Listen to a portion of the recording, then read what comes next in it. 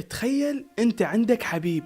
تعرف شنو يعني حبيب؟ معناها شخص كلش مقرب إلك وتحبه بشكل ما ينوصف. زين اقول لك شغلة تصدمك، تدري الله هم عنده حبيب اللي هو النبي محمد صلى الله عليه وآله وسلم. النبي محمد هو حبيب الله، فانت تخيل ايش قد هذا الانسان مميز والله مفضله على كل مخلوقاته. لا ومو بس هيجي، تدري رب العالمين خلق كل الكون على مود النبي محمد. اكو حديث قدسي موجود بالكتب، رب العالمين يقول بيه: يا محمد وعزتي وجلالتي لولاك ما خلقت آدم ولا خلقت الأفلاك. زين قاعد تتخيل انه هذا الشخص نبيك؟ ما قاعد تحس بالفخر؟ اليوم راح احكي لكم قصة احسن انسان الله خالقه بالدنيا، النبي محمد.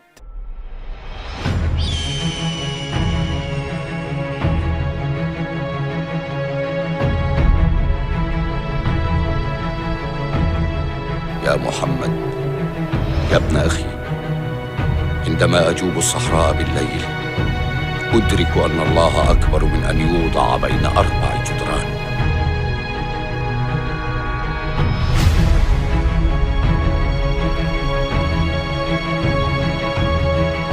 قل يا أيها الكافرون لا أعبد ما تعبدون.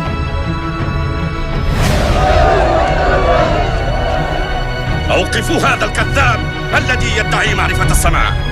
احموا رسول الله، احموا رسول الله. أشهد أن لا إله إلا الله وأشهد أن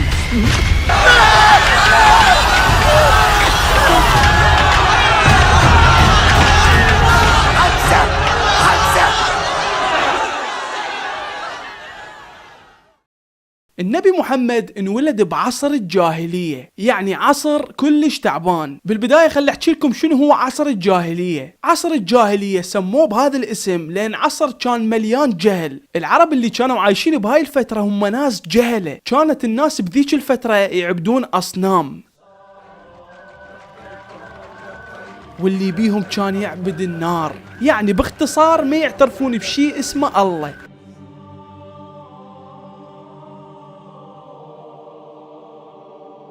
وكانت الناس بهاي الفترة تصير بيناتهم حروب ونزاعات وثارات، ويقتلون بالعالم ويدوسون على الفقير. فكانوا العرب همج فوق ما انتو تتصورون. والناس الاغنياء اللي كانوا عايشين بهاي الفترة ما كانوا يحترمون الفقير، وكانوا يشغلوهم عبيد، خصوصا الناس اللي بشرتها سودة.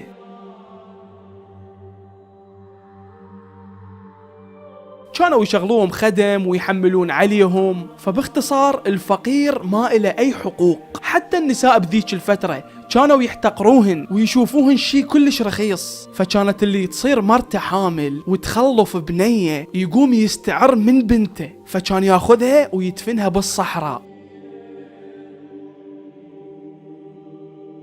كان الأب ما يفتخر غير بس بالولد، والبنية كانت شي عار بذاك الوقت. بذيك الفترة كانت القوة يقيسوها بكثرة الرجال. إذا يشوفون واحد وياه 15 شخص يعتبرون هذا الشخص قوي. يعني اللي ينولد بقبيلة ما بيها هواية رجال يعتبر شي مو مهم بالمجتمع، عكس اللي ينولد بقبيلة بيها كومة رجال كلها تحسب له 1000 حساب. فالدنيا بشكل عام كانت عبارة عن ظلم، كانت تحتاج يجيها منقذ اللي هو النبي محمد صلى الله عليه وآله وسلم.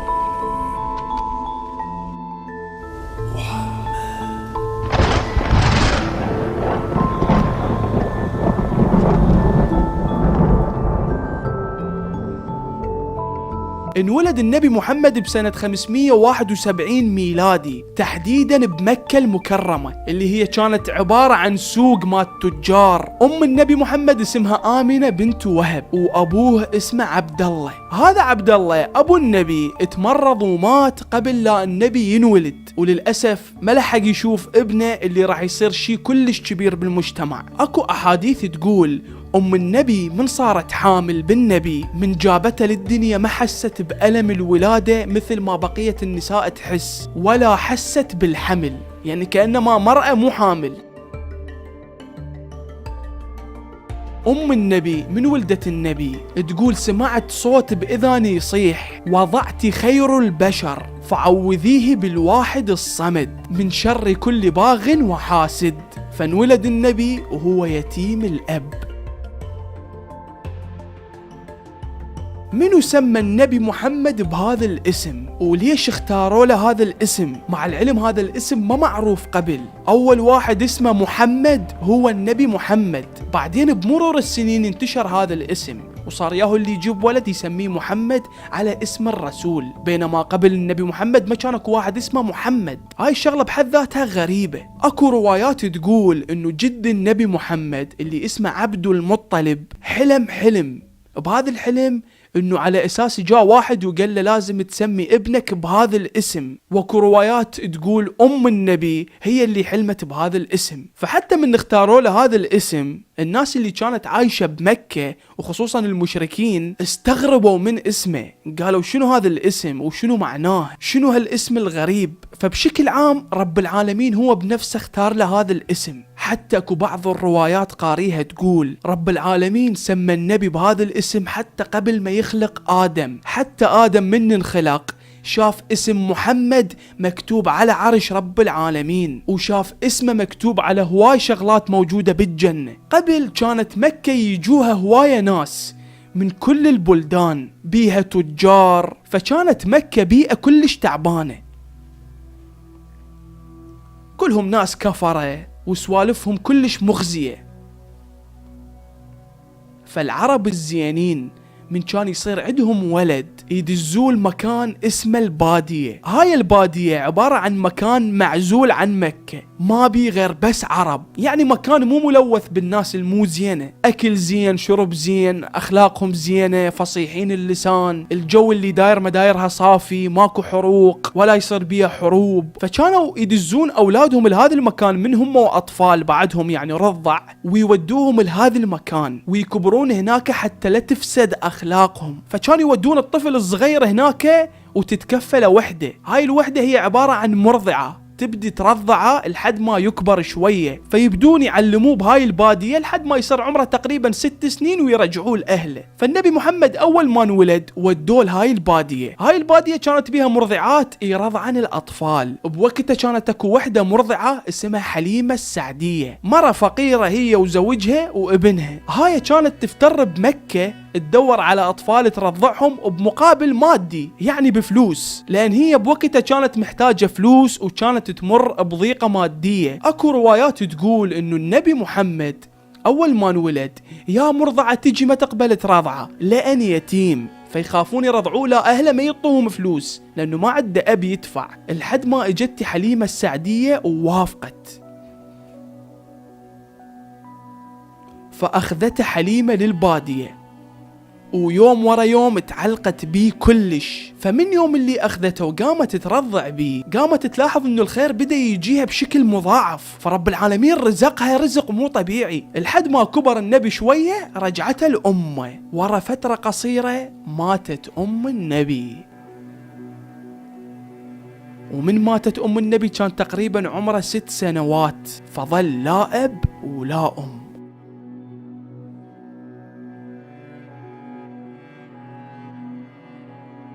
فظل عايش طفولته كلها ويا جده عبد المطلب. عبد المطلب كان رجال سيد من أسياد مكة، يعني كلها تعرفه، فالنبي محمد عاش طفولته وياه.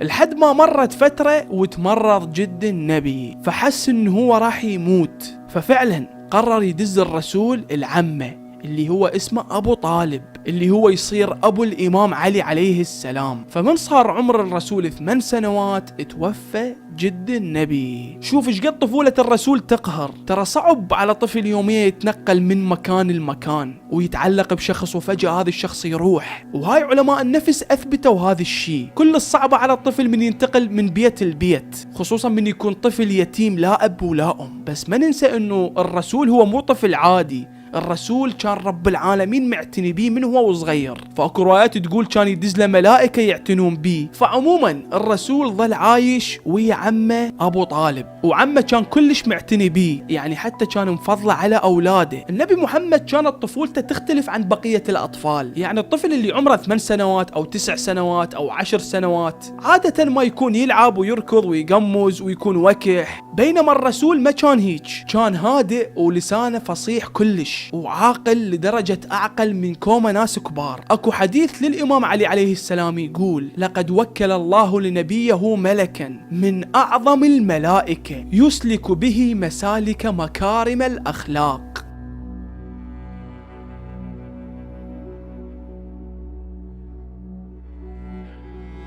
لحد ما النبي شوية كبر وصار شاب، قرر يشتغل ويصرف على نفسه، لأن عمه أبو طالب صح كان سيد من أسياد مكة وكل الناس تعرفه وصاحب حسب ونسب، بس كان من الناحية المادية مو متمكن كلش، وخصوصا عمه كان عنده هواي أولاد وبنات، يعني تقريبا عددهم 8 أو 9، فالنبي كان يحس بهذا الشيء، فلهذا السبب قرر يشتغل ويعتمد على نفسه. وأول ما اشتغل بالتجارة.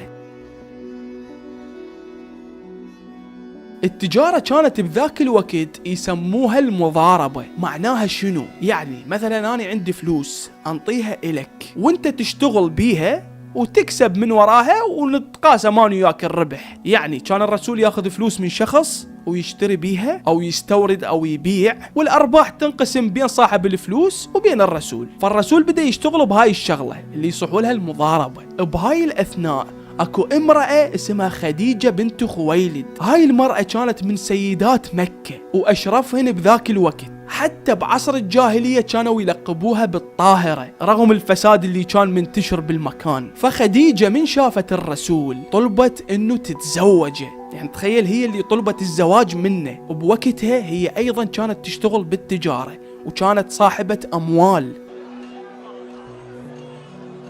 شلون تزوجت الرسول؟ شوف، اكو رواية تقول انه خديجة من شافت الرسول وتعاملت وياه بالتجارة انعجبت بأمانته وبأخلاقه، وظلت تسأل عليه وسمعت عنه هواي كلام زين، فقررت تشغل فلوسها يمه. فمن كثر ما شافته أمين وصادق، هو أصلا الرسول ملقب بالصادق الأمين، يعني أمين بشكل مو طبيعي وصادق بشكل مو طبيعي، لا يكذب ولا يبوق. فمن كثر ما شافته أمين وصادق طلبت الزواج منه، وفعلا تزوجها الرسول. أما أكو رواية ثانية تقول على حسب ما قرأت خديجة كانت تعرف أنه راح يجي نبي، وخصوصا بهاي الفترة، لأن قبل كل الأديان المسيح واليهود بكتبهم مذكور أنه بهاي الفترة راح يجي نبي، حتى صفاته وملامحه كلها موجودة بكتبهم، لأنه الأنبياء اللي كانوا يتبعوهم كلهم موصيهم. حتى النبي عيسى قال للقوم مالته: سيأتي من بعدي نبي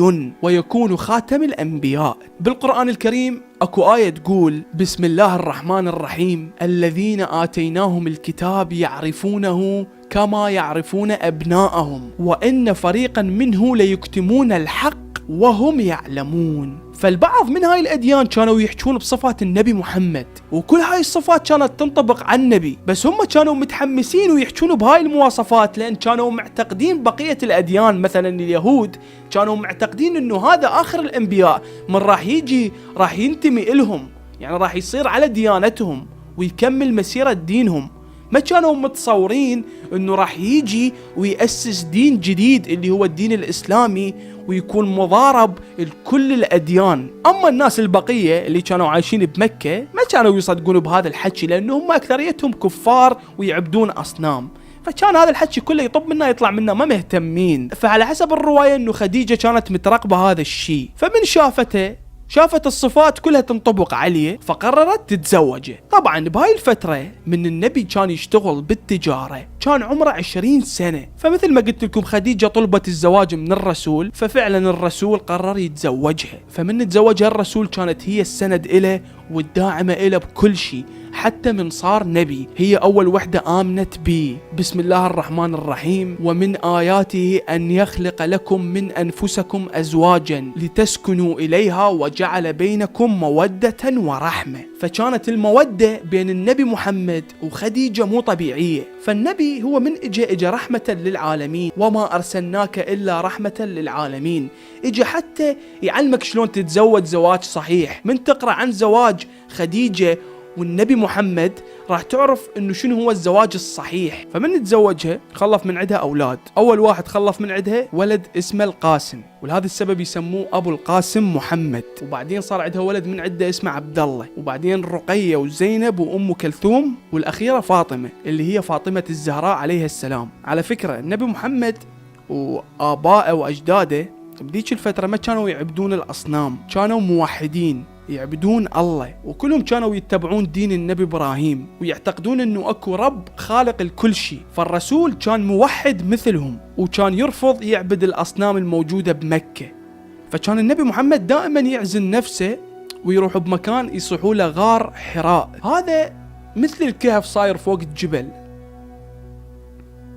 كان يفوت بيه الرسول ويظل تقريبا ساعات قاعد ويفكر ويتأمل بالخالق. وهذا الحكي قبل ما يكون نبي. النبي محمد حتى من كان صغير، من كان يباوع على الكفرة شلون يعبدون الأصنام، ما كان مقتنع، ودائما كان يباوع على ظلم الناس للعبيد. فمن هو طفل ما كان مقتنع بهاي الشغلات. فمثل ما قلت لكم الرسول كان يقضي أكثر وقته بهذا الغار يعبد رب العالمين، وكان يحب يبتعد عن الناس. كان دائما يفكر بالكون شلون انخلق وبالطبيعة شلون صارت، ودائما يباوع على السماء ويشوف شنو أكو وراها، ودائما يفكر بهاي الأشياء.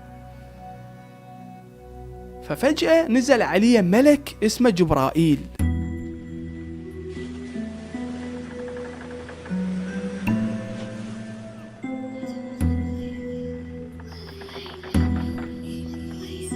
فأول ما نزل عليه قال له يا رسول الله.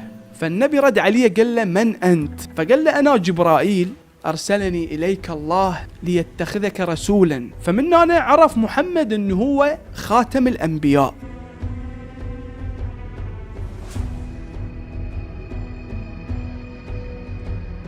فبهاي الفترة بدأ جبرائيل يعلم النبي، يعلم الوضوء، يعلم الصلاة. فالرسول أول ما رجع للبيت أول ما حكى لزوجته خديجة. فخديجة قالت له أشهد أن لا إله إلا الله وأشهد أن محمد رسول الله. فهي أول إنسانة أسلمت بالتاريخ. بعدين حسب الرواية يقولون دخل عليهم الإمام علي عليه السلام وشاف الرسول يصلي، فقال له يا أبا القاسم ما هذا؟ فقال له هذه الصلاة التي أمرني الله بها. فالإمام علي قبل قال له أشهد أن لا إله إلا الله وأشهد أنك محمد رسول الله، وقعد يصلي وياه. وكانت زوجته خديجة تصلي وراهم. وكو رواية ثانية قريتها تقول انه الرسول من كان بالكهف نزل عليه الوحي اللي اسمه جبرائيل، فقال له يا محمد اقرأ.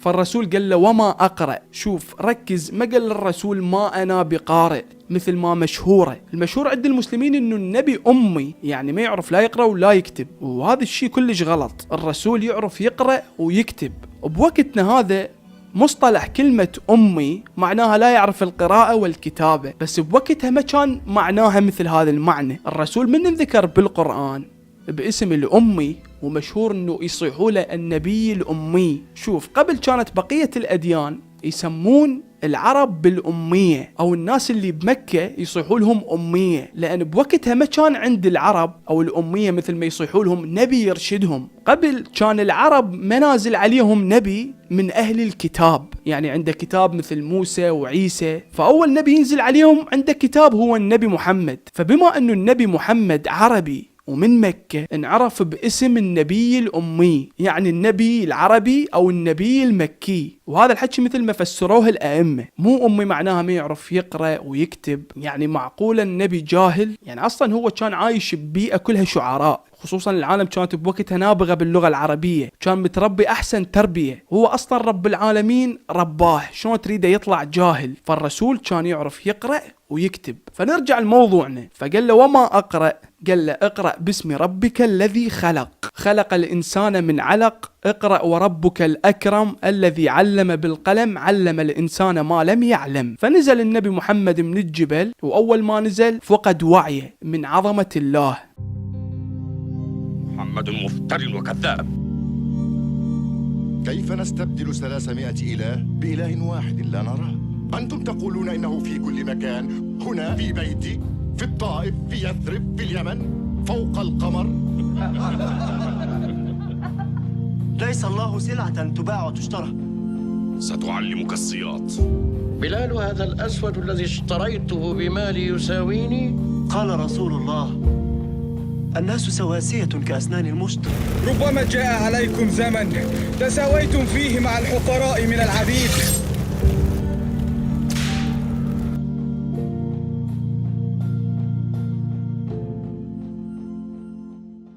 الرسول بهاي الفترة كان خايف لا يكذبوه الناس وما يصدقون بيه، لأن مثل ما قلت لكم كان عايش ببيئة كلها جهل. ترى كل الصعبة من تكون آخر نبي وتقعد تقنع بالناس، وين شرط بعصر الجاهلية، الناس شرابة للخمور وقتلة وحرامية وزنا. النبي محمد أكثر نبي تعب بمسيرته، بس هو مهتم لكل هذا الشيء. المهم بهاي الفترة من عرف النبي محمد انه هو مكلف بهاي الرسالة وعرف بنفسه نبي، بالبداية قرر يقول بس للأقرباء انه هو نبي، يعني ما راد يعلنها بشكل علني، يعني قال لزوجته والأقرباء والأولاده والأصحاب المقربين. فقعد يعلن عن الدين الإسلامي بشكل سري لمدة 3 سنوات، وبهاي ال3 سنوات بدأ يجمع ناس ويكون مسلمين أكثر، حتى بعدها يستعد ويعلن عن الدين الإسلامي بشكل علني. طبعا الإمام علي عليه السلام كان بهاي الفترة دائما ويا الرسول، حتى روايات تقول إنه كان يسمع كلام الوحي اللي ينزل عليه. فاكو حديث للرسول يقول: يا علي إنك تسمع ما أسمع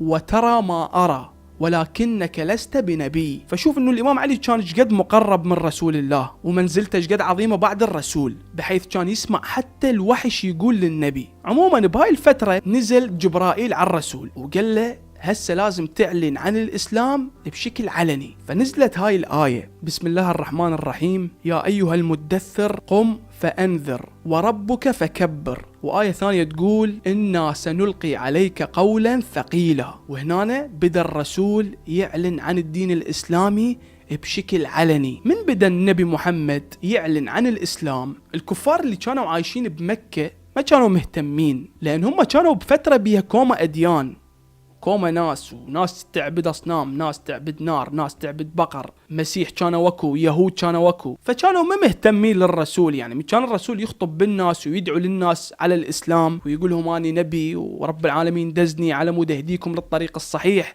ما كانوا مهتمين، فكان الرسول من يخطب بالناس يضحكون عليه ويقولون هذا مجنون، فكانوا ما لهم علاقة. بس مشكلة رسالة النبي محمد مو بس يدعو الناس للإسلام، لا، واجبه انه يسقط الأصنام ويطعن بيهن اللي هي كانت تعتبر آلهتهم بذاك الوقت.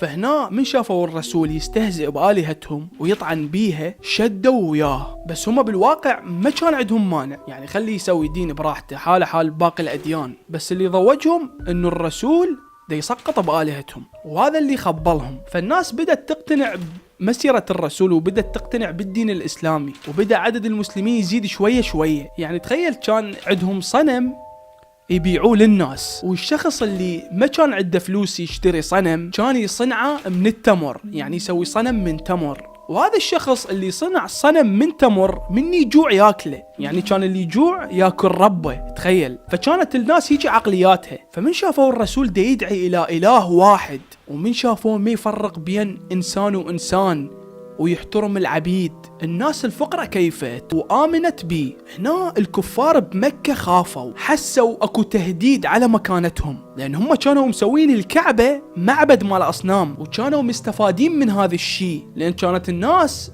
اللي تعبد هاي الأصنام تروح تجيب ذبايح وحيوانات وفلوس وين تخليها يم الأصنام، حتى هاي الأصنام إنه تحقق لهم اللي يريدوه. وهذول الكفار كانوا مستفادين من هاي الشغلات، إنه يلمون هاي الفلوس، يلمون الأكل اللي يتبرعون بيها الناس للأصنام. فمثل ما قلت لكم حسوا بتهديد على مكانهم وعلى مكانتهم. فالكفار من شافوا النبي هيجي راحوا على عم النبي اللي هو أبو طالب، فرادو يقنع الرسول انه يعوف هذا الشيء، لانه هم ما كانوا معتقدين انه النبي محمد صاحب رسالة. عبالهم انسان يريد هيك بس يحصل سلطة واسم ويشتهر، يعني ما مقتنعين انه هذا الشخص الله كلفه. عبالهم انسان يريد مصلحته. فراحوا الكفار لعم الرسول فقالوا له روح المحمد قل له اذا يريد منصب ننطيه واذا يريد فلوس ننطيه. فعبالهم انه النبي راح يقتنع وعمه راح يأثر عليه. بس الرسول شنو رد على عمه؟ قال له يا عم والله لو وضعوا الشمس في يميني والقمر في يساري على ان اترك هذا الامر حتى يظهره الله او اهلك دونه. فالنبي محمد رفض، قال لهم لو يطون الشمس والقمر ما عرف هذا الشيء. فهنا بدأوا يعادون النبي محمد عنده عم ثاني اسمه أبو لهب. هذا عمه كان كافر من كفار قريش، فقرروا يستغلون هذا انه يقنع الناس على يابو انه محمد مو نبي، يعني على اساس هذا عمه ومنه بي ويدري بي اكثر من عدنا، وشوفوا دي يقول على محمد كاذب ومنافق. فكان الرسول يمشي ويدعو الناس للإسلام وعم أبو لهب وراه يقول لا تصدقوا ابن أخي فإنه كاذب ومجنون. بس الرسول ما كان يرد، لأنه الرسول أخلاقه كانت كلش عالية، وهاي الأخلاق هي اللي خلت الناس يؤمنون بالرسول وبرسالته. فالنبي ما كانت مهمته أنه يدافع على نفسه، لا، كل هدفه أنه يوصل الرسالة اللي أمر بها رب العالمين ويبعد الناس عن عبادة الأصنام. فكان النبي من يمشي بالشارع يسبون بيه على طول ويشمرون عليه حجار. تبت يدا أبي لهب وتب ما أغنى عنه ماله وما كسب. ويسمع أبشع الألفاظ. بس الرسول كان يقول دائما هاي العبارة: اللهم اهدي قومي فهم لا يعلمون. شوف يعني هم يأذوه وهو يدعي لهم. ترى ماكو واحد بالدنيا يحب الأمة مالته أو الناس اللي عايش بنصهم بقد النبي محمد. كل الأنبياء مثل ما مذكور بالروايات دعوا على أقوامهم، إلا النبي محمد كان يدعي لهم.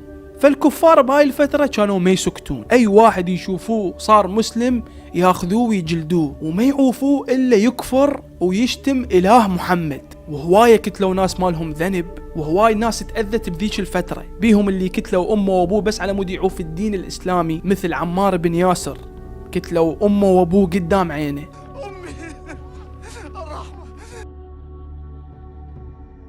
أو مثل بلال الحبشي. هذا بلال كان عبد يشتغل عند الكفار، من عرفوا بيه صار مسلم قاموا ينيموه بالقاع ويحطون على صدره صخور كلش ثقيلة. النبي محمد حرر العبيد، خلى كل العبيد ما يرضون بالخضوع والذل، خلى عندهم كرامة. فأكثرية العبيد اللي كانوا يسمعون كلام النبي كانوا يثورون على أسيادهم. فهذول الكفار تخبلوا شلون عبد خادم يشتغل عندي يرفع صوته علي أو ما يطيع أوامري. فالدين الإسلامي من نزل الناس اقتنعت به، لأنه هو دين حرية، دين مساواة، خلى الناس تعرف أنه ماكو شيء اسمه فرق بين الغني والفقير. فالناس العبيد هم أكثر الناس اللي آمنوا بالرسول. فالكفار عذبوا المسلمين حتى بالسوق، قاموا لا يشترون منهم ولا يبيعوا لهم. بمكة كان اكو سوق اسمه سوق عكاظ، هذا سوق كلش كبير.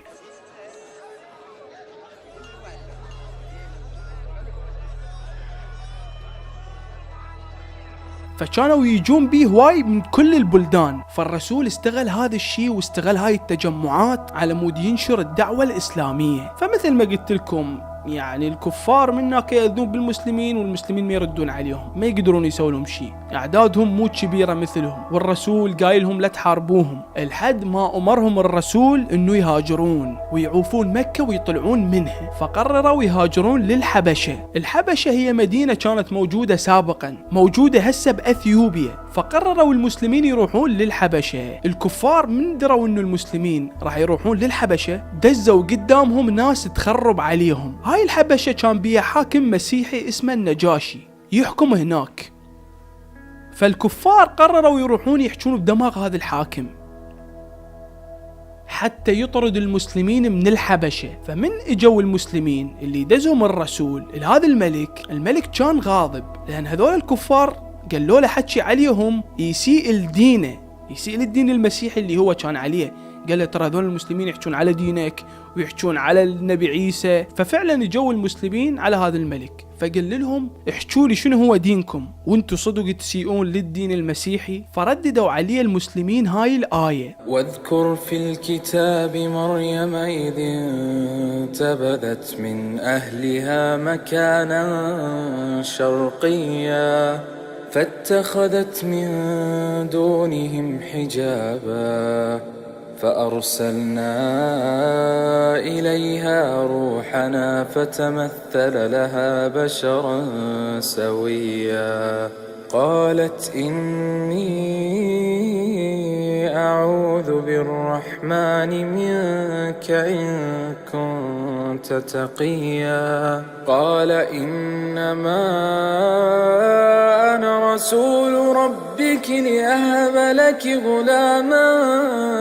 زكيا. وهاي الآية تخص مريم العذراء والنبي عيسى، والقصة مالتهم كلها مذكورة بالقرآن الكريم. فمن سمعها ملك الحبشة قام يبكي ورفض يطرد المسلمين ويسلمهم للمشركين. فمن سمعوا المشركين بهذا الشيء زادوا حقد بالزايد. بهاي الفترة وبهاي الأحداث اتوفى عم النبي وزوجة النبي خديجة، وهاي كانت أصعب سنة تمر على الرسول، خصوصا زوجته خديجة كان كل شيء يحبها وعمه هو اللي مربيه، والمشكلة عم النبي هو اللي كان يحميه من الكفار. فهنا الكفرة قرروا يقتلون النبي، فقاموا يطلعون اقتراحات، بيهم قال نحبسه لحد ما يموت، وبيهم قال نشمره بالصحراء لحد ما يموت من العطش. بس كانوا خايفين من عشيرة النبي لا تنتقم إله، فقالوا خلينا نأجر 10 أشخاص من كل قبيلة أو من كل عشيرة شخص ونخليهم يقتلوه كلهم بضربة واحدة، على مود القتل مالته يتفرق بين القبائل وما يقدرون ياخذون ثاره، لأن راح تواجههم أكثر من عشيرة وبهاي الحالة راح يتخلصون منه. فرب العالمين ما يعبر عليه الشيء، فبلغ الرسول بهذا الشيء وقال له لازم تهاجر من مكة وتروح لغير مكان. فالنبي طلب من الإمام علي انه يكون بمكانه بالبيت وينام على فراشه بهاي الليلة حتى الناس تعتقد انه النبي بعده ونايم وما مهاجر. ففعلا صارت الخطة بهذا الشكل. النبي محمد قرر يهاجر ويروح للمدينة المنورة ويعوف مكة ويخلي الإمام علي نايم بفراشه. بس المشركين عرفوا بالسالفة، فالنبي محمد من راح بالصحراء المشركين لحقوه بالصحراء. من تمشي بالحصان يصير أثر بالقاع، فالمشركين كانوا يتبعون هذا الأثر ويمشون وراه. شوفوا هنا صارت معجزة رهيبة، الرسول عرف انه اكو ناس تلحقه فدخل الكهف. شوفوا هنا شنو صار بباب الكهف، الله خلى خيوط مال عنكبوت،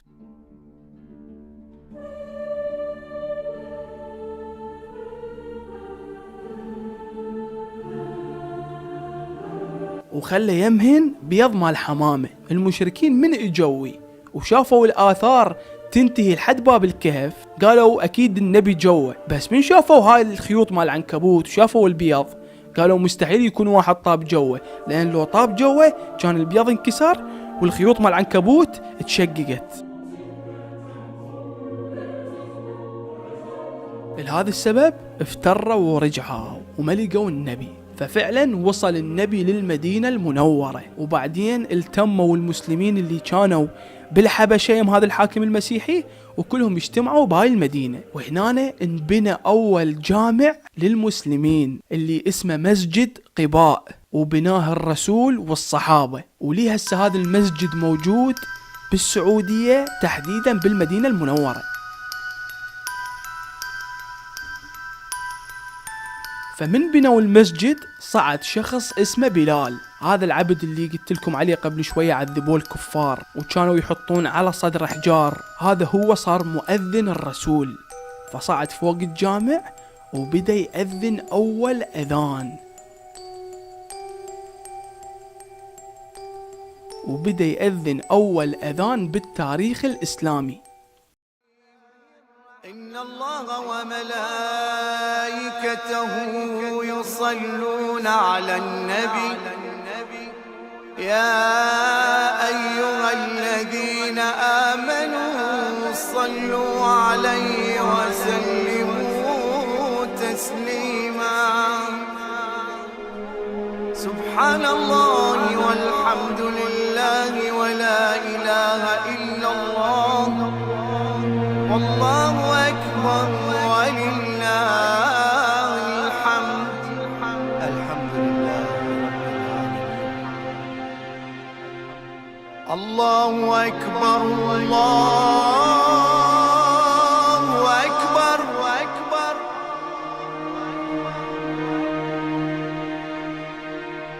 فالرسول بهاي الفترة قاعد يعلم المسلمين هواي شغلات عن الدين الإسلامي، وعلمهم شلون يكونون أخوة. الرسول بهاي الفترة من كان بالمدينة خاض هواية حروب وخاض هواية معارك ضد المشركين خلال 10 سنوات. فالرسول والمسلمين قاموا بهواي معارك. أول معركة صارت من المعارك الكبرى هي معركة بدر، وهي هاي المعركة اللي خلت الإسلام يوقف على رجله ويحس بالنصر.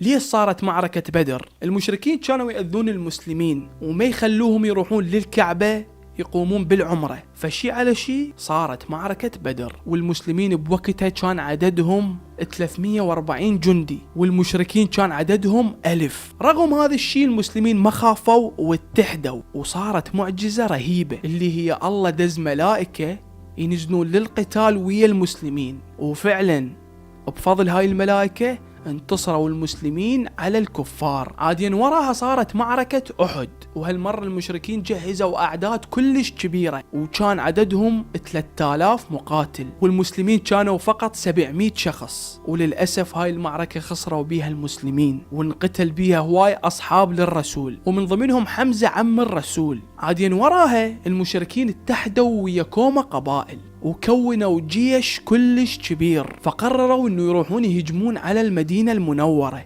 على مود يقضون على كل المسلمين الموجودين هناك. وهنا صارت معركة الخندق. هاي المعركة كان جيش المشركين حوالي 10,000 شخص، وجيش المسلمين كانوا حوالي 3000. وهاي المعركة سموها بالخندق لأن المسلمين حفروا خندق داير مداير المدينة حتى يحموها. خندق يعني يحفرون القاع هيك اللي جوا كلها داير مدايرها وتكون بيها جنود ورمات وهيك مثل الرماح. على فكرة مو كل المسلمين بهاي الفترة هم كانوا خوش ناس مثل هسه، يعني هسه عندنا كومة مسلمين بس مو زينين. فبمعركة الخندق الرسول عين هواية ناس انه يحفرون ويقومون بعملهم، فاكو كان بيهم منافقين يتهربون من الشغل، يعني الرسول يدزهم على شغلهم ويروحون لبيوتهم. وهواي ناس بوقتها خصوصا بهاي المعركة خافت وقالت راح ننقتل، لانه سمعوا انه اعداد المشركين اضعاف اعدادهم. فبكل وقت اكو زينين ومو زينين، خصوصا من يكثر العدد. كل ما يكثر العدد كل ما يكون عدد المنافقين أكبر. يعني بالبداية كان ماكو منافقين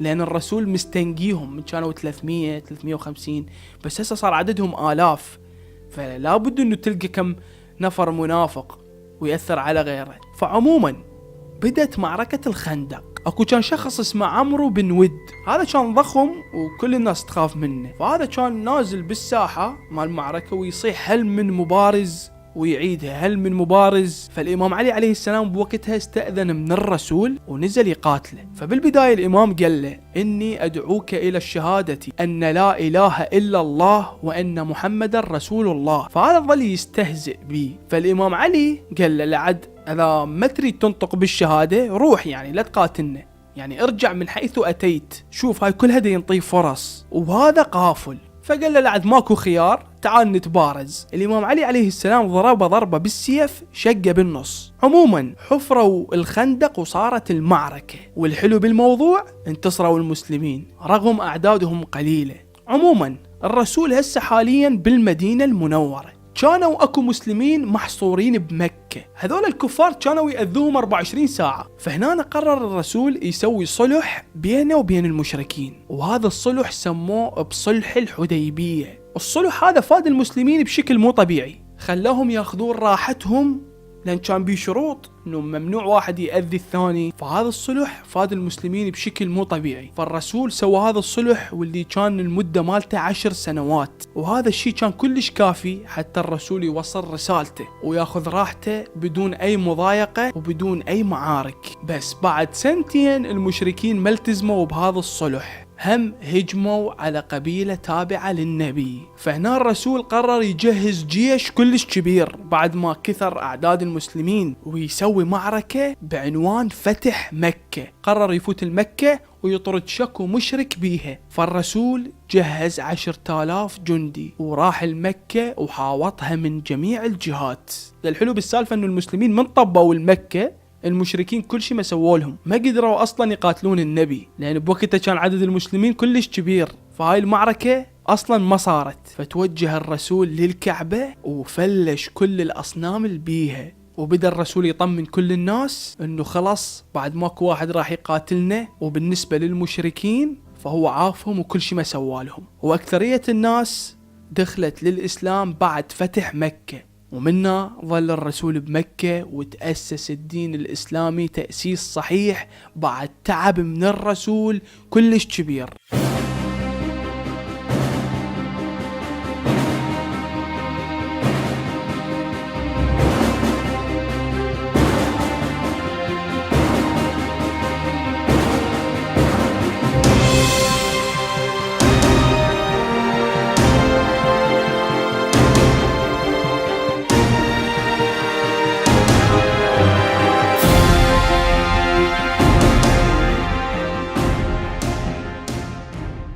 فبعد مرور فترة من فتح مكة توفى الرسول الكريم صلى الله عليه وآله وسلم. اكو روايات تقول انه الرسول كان يدري بنفسه راح يموت، فعلى اساس ظهرت عليه اعراض المرض. فاجت فترة الحج والرسول حج بالمسلمين، وسمى هذا الحج باسم حجة الوداع اللي هي اول حجة واخر حجة للرسول. من خلص الحج انجمعوا المسلمين كلهم بمكان واحد، ووقف الرسول يخاطب بيهم وقال لهم هاي الآية: بسم الله الرحمن الرحيم، اليوم أكملت لكم دينكم وأتممت عليكم نعمتي ورضيت لكم الإسلام دينا. فالناس كانت كلها واقفة. فالرسول قال لهم: ألستم تشهدون أن لا إله إلا الله وأن محمدا عبده ورسوله؟ فقالوا للناس: بلى نشهد. فتكملة الرواية تقول: لزم ايد الامام علي عليه السلام، شوف بقى ركز، لزم ايد الامام علي ورفعها لي فوق. والرواية تقول من كثر ما كان رافعها كلش لي فوق، بياض الابط مالتهم بين من كثر ما كانت ايدهم مرفوعة. فالرسول صاح: من كنت مولاه فهذا علي مولاه. وعادها 3 مرات، ووراها قال: اللهم والي من والاه وعاد من عاداه وانصر من نصره واخذل من خذله، ألا فليبلغ الشاهد الغائب.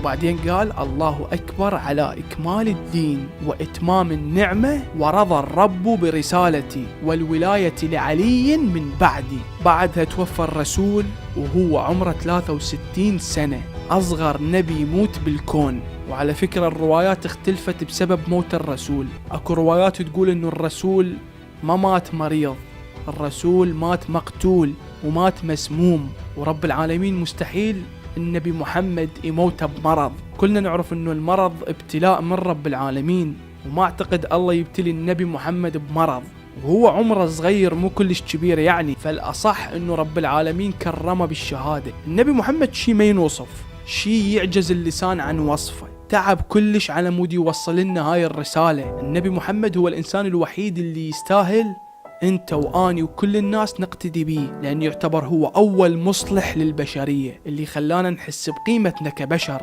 اللي خلانا من نشوف غيرنا دائما نقول الحمد لله على نعمة الإسلام.